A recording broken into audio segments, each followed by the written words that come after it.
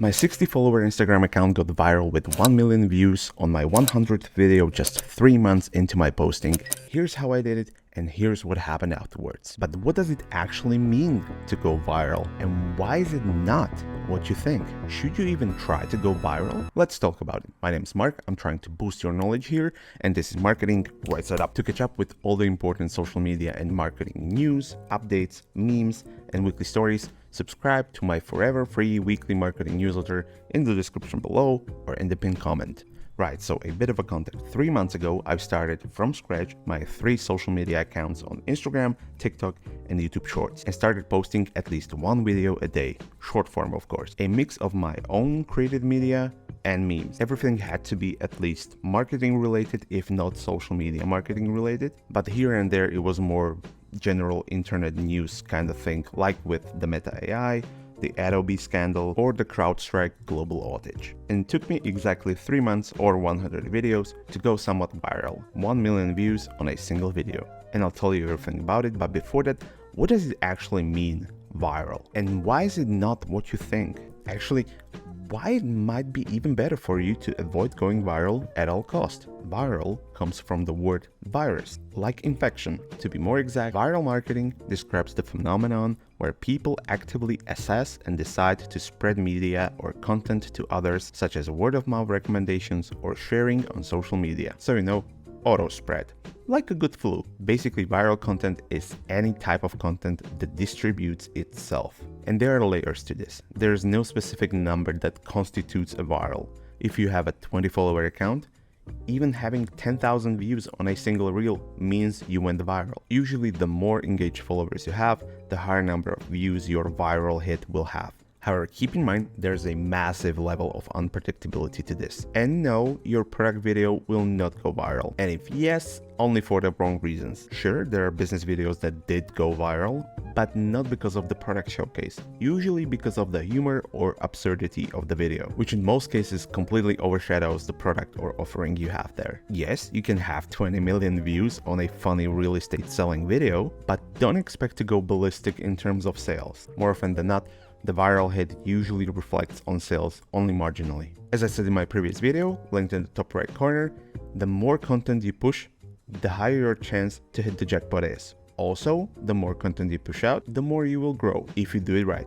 And if you're ready. Same goes with the viral. Going viral could mean nothing for you business-wise, and it also could mean growth. It's up to you how ready you are. More on that later. My goal with my social media here was to get a functional proof of work and to get data for my newsletter and this video. My process, to keep it as scientific as possible, was to create 1 video a day and distribute it to TikTok, Instagram Reels, and YouTube Shorts at the same time of the day, the same day. I tend to create all my short form videos in CapCut and then edit it in TikTok, or fully shoot and edit in TikTok app. While editing it, I download it without the watermark, then I distribute it to Instagram Reels and YouTube Short. I do this not because my main focus was TikTok, but because from my experience, TikTok is the most sensitive out of all these 3 platforms when it comes to video creation process. Instagram does not really give a shit, but likes when you use trending audio or you insert text, and YouTube Shorts has no idea what's going on or what it wants. More on that later. So when I publish a TikTok, I tend to create the first comment with a call to action in it.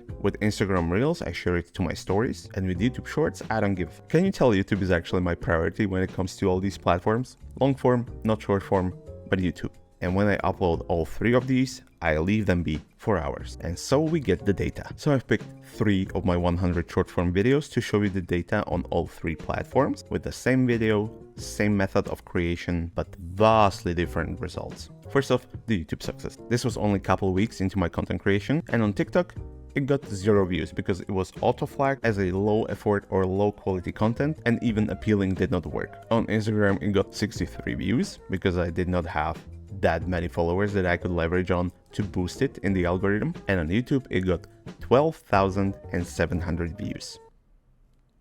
Second example, the TikTok success. Video shot and recorded in the TikTok app got 70,000 views on TikTok, 1,400 views on Instagram Reels, and whopping 43 views on YouTube Shorts. We will talk about why and how in a minute, but before that, the Instagram success. 20,000 views on TikTok, which is basically my second most popular video on TikTok, 75 views on YouTube, and 1 million views on Instagram Reels at the time of recording. While it might look like an absolute shit show of randomness, and I don't blame you for thinking that, there's actually more than meets the eye. There are clear differentiations for each platform. So based on these data, what impacts platforms and how they distribute the content? By the way, I have a separate video where I go more in depth on these short form social media algorithms, link in the top corner, but let me sum it up real quick here in this video as well. TikTok strives originality, freshness, and longer content. YouTube Shorts really love SEO. Your video can be literally a screen grab of a screen grab of a screen grab of a screen grab, but if it's well described and people get the content satisfaction, which YouTube algorithms is really all about, YouTube will be happy and it will distribute your content to no end. Or not, and it will stop the distribution for no apparent reason, because it already did it twice for me and completely blocked any and all distribution for 9 and 10 of my shorts. First time in May,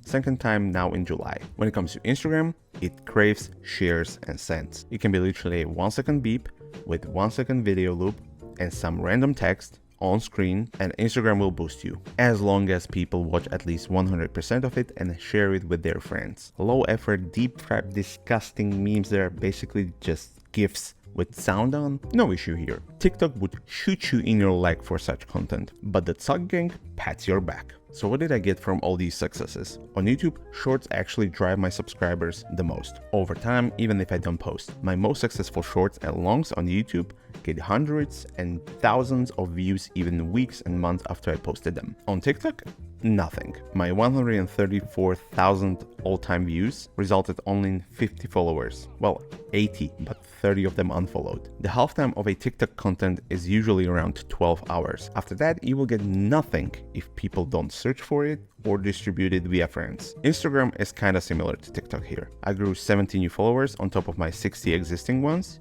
so more than 100% growth, but it was all from that one Reels with 1 million views. Other than that, nothing. Instagram has a very similar content half-life to TikTok, but can be more driven by shares and sends of your viewers. However, it's not really sustainable for future. If you want to use your organic social media content as the awareness phase of the funnel, and you should, it makes more sense to focus on YouTube or focus on the now with TikTok and Instagram Reels, because both TikTok and Instagram live very in the now. YouTube views grew similarly over time as website SEO positions, over time with potential interest in the topic and search queries. Timing and luck is a very strong factor here. Yes, in some cases you can actually recycle your viral content and make more viral hits one after another, but usually this happens to influencers and content creators, not to businesses. And what was the value of my viral hit for my business? Actually none. Why, you may ask? Well, because my successful content is mostly memes or breaking news topical content. Sure, it serves as a brand awareness, and some people might actually be more eager to watch and follow through with my future content once they saw the previous ones, but that's about it. None of my booming content was my educational content.